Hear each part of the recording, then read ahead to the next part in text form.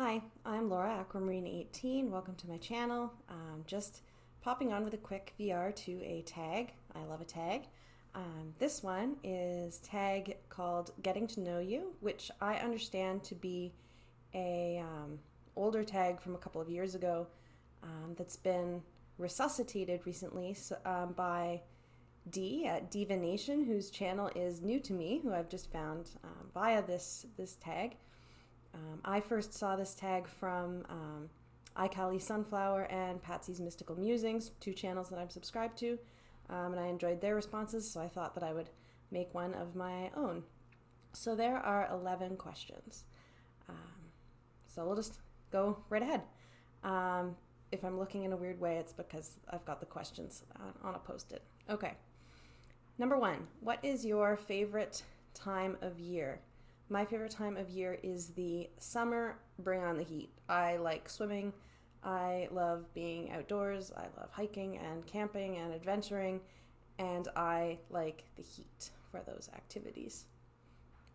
Number 2, describe your perfect home.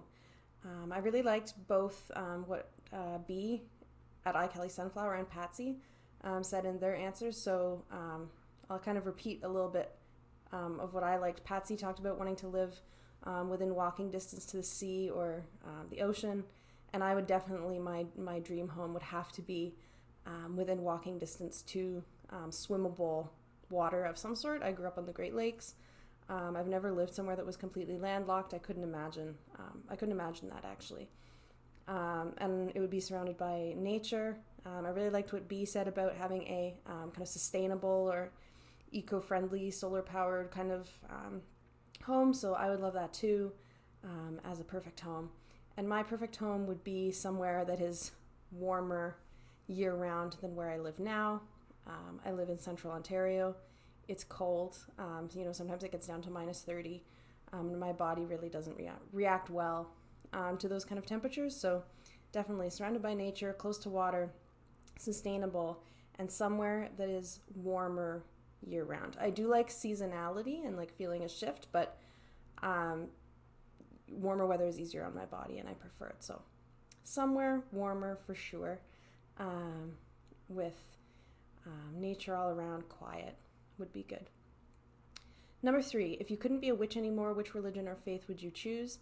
I don't describe myself as a witch. I don't identify as a witch.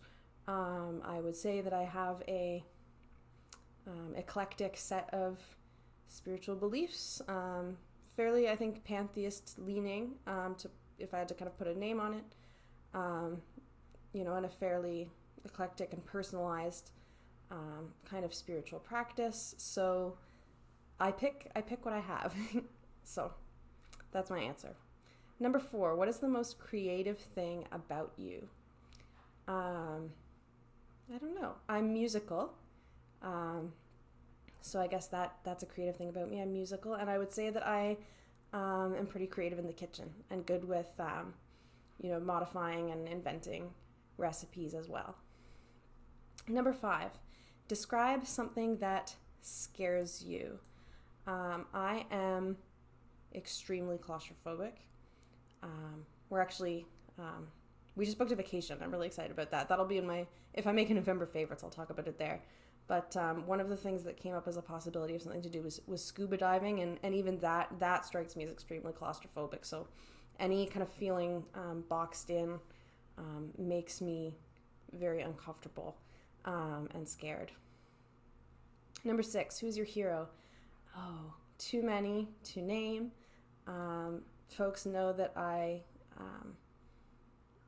work in teaching, and a large part of my work deals with histories of different activist movements and social justice movements, that I'm really interested in and invested in. So I would say that in terms of heroes, there are a lot of folks who, historically and today really put themselves on the line and really risk a lot to challenge injustice and make the world better and more equitable.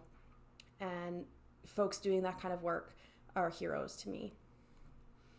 Tell us about an animal you love or have loved with all your heart. I will have to say my childhood cat, Lacey, who is a male cat, My parents didn't think he was a male cat when they got him. My childhood cat, Lacey, I loved with all my heart, who lived till I was about 12. And then since then, the pets that I've had, my 2 cats, Daryl and Bandit, I love with all my heart as well. So those are my answers there. Number 8, do you believe in soulmates? Not sure. I do believe that some, people have kind of deep connections that become kind of evident really quickly, I guess, if that makes sense.